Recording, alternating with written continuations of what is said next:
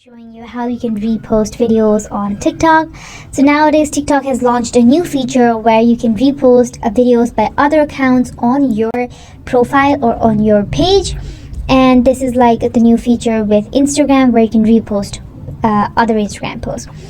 So if you want to learn more, please consider subscribing to our channel and leaving a like on this video. So let's get started. So first you open your TikTok app, and let's say you want to repost this video. You will click on the share button over here on the right. You'll click on that, and then you'll click on this repost button in yellow.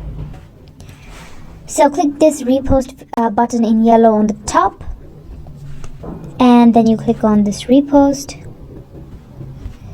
and just share your thoughts. Just say, I'm just going to say anything, and then click on add.